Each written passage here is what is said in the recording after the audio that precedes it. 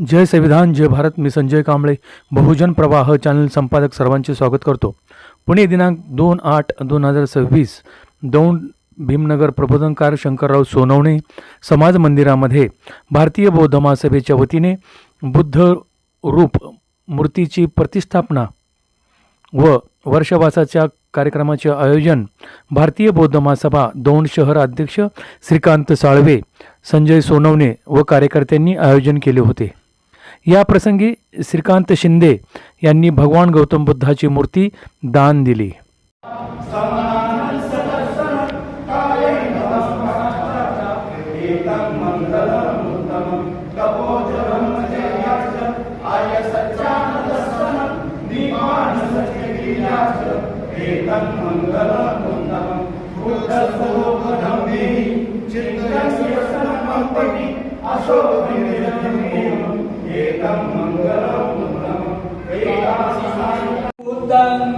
बिंबे सभ्ये देवं मनुष्यै पूजन्तु ईशस्मि विहारे प्रतिष्ठापयामि एतं पूयं बोधि ज्ञानं पटिलाभाय सौवतन्तं साधु साधु साधु.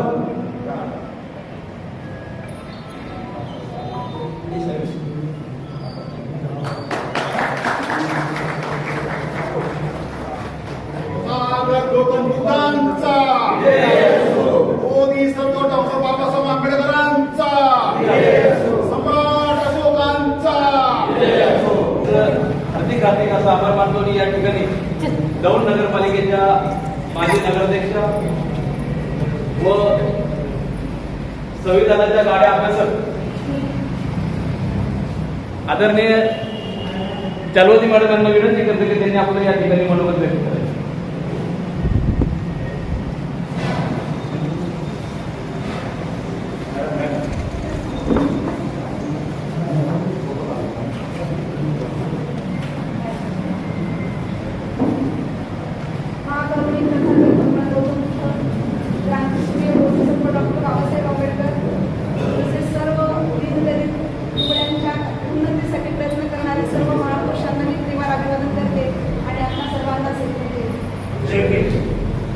आज वर्षवास तसे आषाढ पौर्णिमा अश्विन पौर्णिमा पण वर्षवासाचं आयोजन असतं.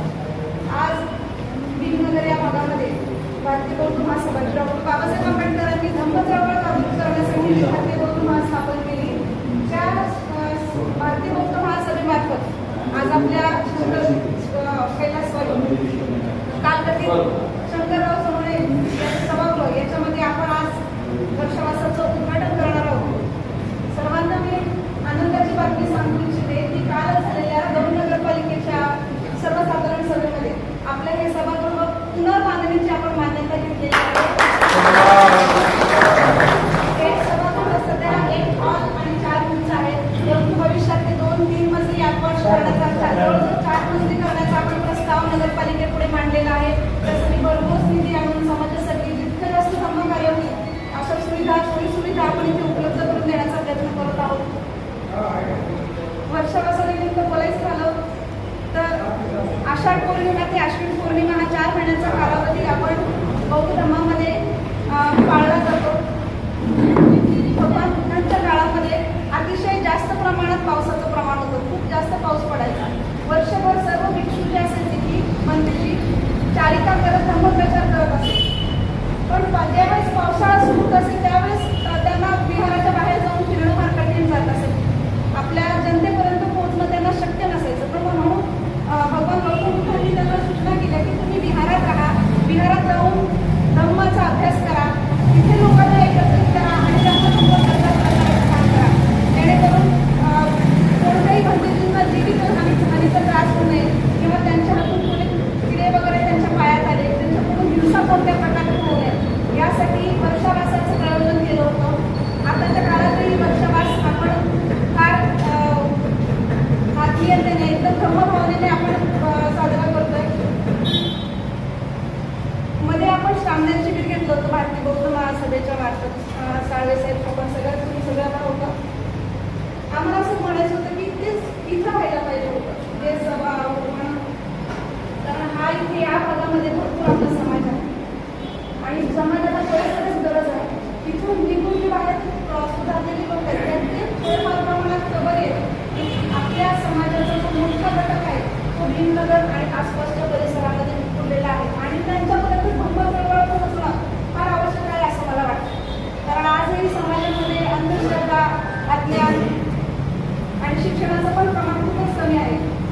आपण जितके सुधारलो आहोत आपल्या परीने आपण एक एक आपला बांधवर उचलून त्याला धर्मप्रमाणात आणण्याची त्याची प्रगती करण्याचा प्रयत्न केला आहे.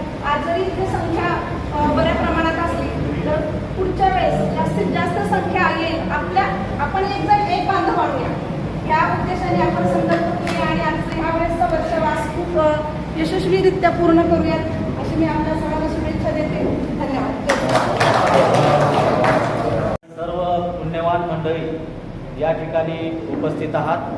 आपणालाही मी या वर्षावास शुभारंभाचा माझ्या परिवाराच्या वतीनं या ठिकाणी मनापासून शुभेच्छा देतो. मला या ठिकाणी आयोजकांनी किती वेळ दिला आहे हे मला माहीत नाही, परंतु मी या ठिकाणी आत्ताच आमच्या मॅडम आदरणीय चलवादे मॅडमने आपणाला वर्षावास म्हणजे काय याचं एक संक्षिप्त या ठिकाणी सूचना आहे. आणि आजचा हा उद्घाटन सोहळा खऱ्या अर्थानं ज्यांनी या उद्घाटन सोहळ्याला 4 चांद लावले असे आमचे श्रीकांत भाऊ शिंदे, त्यांचा परिवार यांना सर्वजण आपण त्यांनी ही बुद्धमूर्ती या ठिकाणी दिलेली आहे त्याबद्दल सर्वांनी साधुकार द्यावा. साधू साधू. आणि भारतीय बौद्ध महासभेचे अध्यक्ष श्रीकांत साळवे, सरचिटणीस संजयराव सोनवणे, त्यांचे सर्व सहकारी यांच्यासाठी टाळ्यांच्या गजरामध्ये आपण त्यांचं कौतुक करूया की केवळ त्यांच्यामुळं आपल्याला हा मांगल्यमय योग या ठिकाणी आला. आता थोडक्यात मी वास्तविक वर्षावासावर बोलायचं या ठिकाणी ठरवून आणतो कारण तुमचा वर्षावासाचा शुभारंभ आहे. पण आमच्या ताईंनी अतिशय उत्कृष्टरित्या या ठिकाणी सांगितलेलं आहे. मी तुम्हाला थोडक्यात त्याची पार्श्वभूमी एक 10-15 वर्ष देतात. मी थोडक्यात तुम्हाला या वर्षावासाची पार्श्वभूमी की का सुरू झाला, कुठून सुरू झाला. वास्तविक पाहता तुम्हा आम्हा सर्वांना माहीत आहे की पौर्णिमेला साधारणतः वैशाख पौर्णिमेला भगवानांना या ठिकाणी बोधी प्राप्त झाली. वैशाख पौर्णिमा ही त्रिविध पौर्णिमा असं आपण म्हणतो कारण जगातलं एकमेव उदाहरण असं आहे की त्याच दिवशी भगवंताचा बोधिसत्व सिद्धार्थाचा जन्म झालेला आहे. त्याच दिवशी बोधिसत्व सिद्धार्थाचे तथागत गौतम बुद्ध म्हणून त्यांना बोधिज्ञान प्राप्त झालेले आहे. आणि त्याच दिवशी बुद्धांचं या ठिकाणी महापरिनिर्वाण झालेलं आहे. म्हणजे एकाच दिवशी या तीनही विलक्षण गोष्टी होणं हा जोक नाही. आषाढ पौर्णिमेला सर्वसाधारणतः वर्षावासाची सुरुवात होते. आपण थोडंसं 1-2 दिवस डिले चाललेलो आहोत कारण सर्वत्र आषाढ पौर्णिमेला वर्षावासाचे उद्घाटन होत होते. आम्हालाही इतरत्र कार्यक्रम होते, श्रीकांत भाऊंनाही इतरत्र कार्यक्रम होते, त्यामुळे आपण हा दिवस रविवारचा सगळ्याच्या सोयीने निवडलेला आहे. आता आषाढ पौर्णिमेला ज्या घटना 4 महत्त्वाच्या झाल्या त्या 4 महत्त्वाच्या घटना की ज्या तुमच्या आमच्या आयुष्याला एक वेगळी दिशा देऊन देतात. मी जे सांगतोय त्याकडे लक्षपूर्वक ऐका कारण या सर्व गोष्टी या आपल्या कल्पनेच्या पलीकडे आहे. पहिली जी घटना घडली आकाश पौर्णिमेला ती म्हणजे शुद्धोदन, राजा शुद्धोदन आणि महामाया यांचा त्या ठिकाणी मिलन होऊन त्या ठिकाणी महामायेला गर्भधारणा झाली. तो दिवस म्हणजे आषाढ पौर्णिमा. विचार करा, साक्षात बोधिसत्व तथागत बोधिसत्व गौतम बुद्धांचा जन्म त्या महामायाच्या उदरामध्ये होतो. तो जन्म ज्या दिवशी होतो त्याचा गर्भ ज्या दिवशी ठेवला जातो त्या गर्भ ठेवण्याची नोंद बुद्ध आणि त्यांचा धम्म डॉक्टर बाबासाहेब आंबेडकरांनी लिहिलेला आहे. त्रिपिटकामध्ये याचा उल्लेख आहे.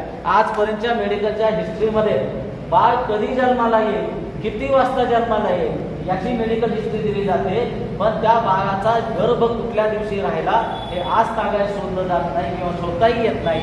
असामान्य व्यक्तींच्या बाबतच असं घडतं. हा जो पवित्र दिवस होता तो म्हणजे आषाढ पौर्णिमा. म्हणजे आपण राहतो असा वर्षावास. मग हा वर्षावास का सुरू झाला, कशासाठी सुरू झाला आणि त्याचं महत्व आपल्यासाठी काय आहे, ह्या 2-3 गोष्टीच मी या ठिकाणी बोलणार आहे. सगळ्यात महत्वाचं ताईने मग आपण या ठिकाणी सांगितलं की वर्षामध्ये खूप पाऊस येतो, त्यामध्ये माणसाने खूप चांगली माहिती सांगितली. पण सगळ्यात पहिल्यांदा हे आपण सगळ्यांनी लक्षात घ्या की ज्याप्रमाणे मुस्लिम लोकांना रमजान महिना पवित्र असतो, हिंदू लोकांना श्रावण महिना पवित्र असतो, तसा आपल्याला हा वर्षावास बौद्ध लोकांसाठी खूप पवित्र आहे. ही पहिली गोष्ट आपण लक्षात घेतली पाहिजे. त्याचबरोबर वर्षावास फक्त बंधनसाठीच होता का, तर नव्हता. सगळ्यात महत्वाचं पहिल्यांदा पाऊस ज्यावेळेस पडतो, निसर्ग चक्र आहे, निसर्ग चक्रामध्ये ज्या वेळेस पाऊस पडतो त्या पावसाबरोबर असंख्य जीव जंतू त्या पाण्यामध्ये मिसळतात. पाण्यामध्ये मिसळल्याच्या नंतर भरतीला तर त्रासदायक होतातच, त्याचबरोबर आपल्यालाही त्रासदायक होतात. त्यामुळं तथागत बुद्धांनी 2500 वर्षापूर्वी आपल्याला सांगितलं की या 3 महिन्यात आपण उपवास व्रत पालन करायचे. कसं तर उपवास व्रत सगळ्यांना माहिती की सकाळी आपण थोडासा नाश्ता करू शकतो, दुपारी 12च्या जेवायचं आणि संध्याकाळी काय जेवायचं नाही, थोडासा फलाहार घ्यायचा. हे का करायचं तर आपल्या सगळ्यांची तब्येत व्यवस्थित राहावी म्हणून. कारण हे जीव जंतूला प्रतिकार करण्याची शक्ती आपल्या शरीरामध्ये यावी आणि आपण आजारी पडू नये, आपण मरू नये, आपला अंत होऊ नये याच्यासाठी तथागतांनी आपल्यासाठी सुद्धा वर्षावर सुरू केलेलं आहे. बौद्ध महासभेच्या माध्यमातून आज वर्षावासाचा उद्घाटनाचा कार्यक्रम आणि पहिलाच कार्यक्रम आज या ठिकाणी पार पडला. त्याच्या अगोदर वर्षावर झालेत काही पण झाले असते, पण तो अभूतपूर्व प्रतिसाद म्हणतो, जागृती ज्याला म्हणतो ती तर मिळाली नाही आपल्याला, आहे की नाही.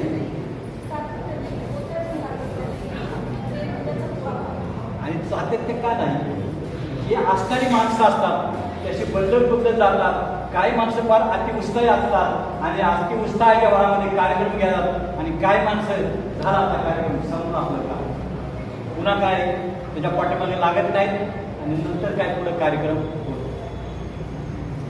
आणि या दृष्टिकोनातून खऱ्या अर्थानं दौंड तालुका आणि दौंड शहरामध्ये बौद्ध धर्माच्या प्रचार आणि प्रसाराची यंत्रणा भारतीय बौद्ध महासभेच्या दौंड शहर तालुका आणि या मुलींच्या माध्यमातून आज खऱ्या अर्थानं सुरुवात झाली.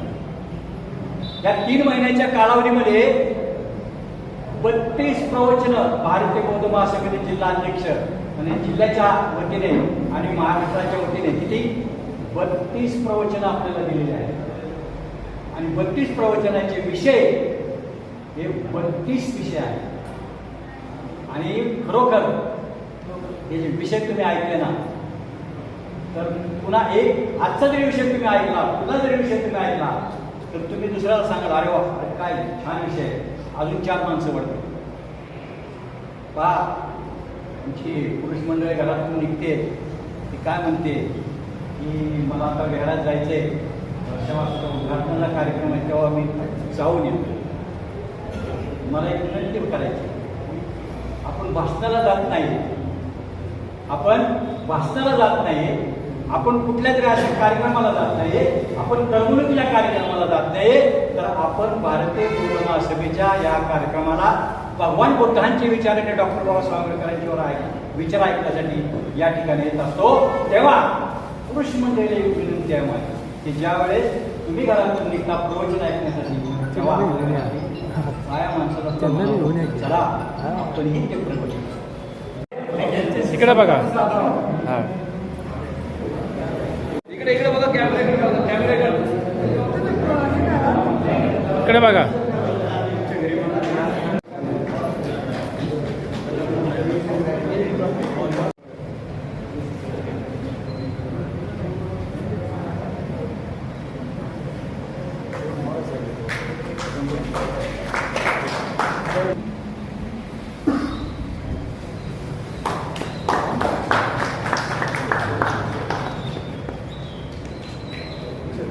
सत्कार करतोय.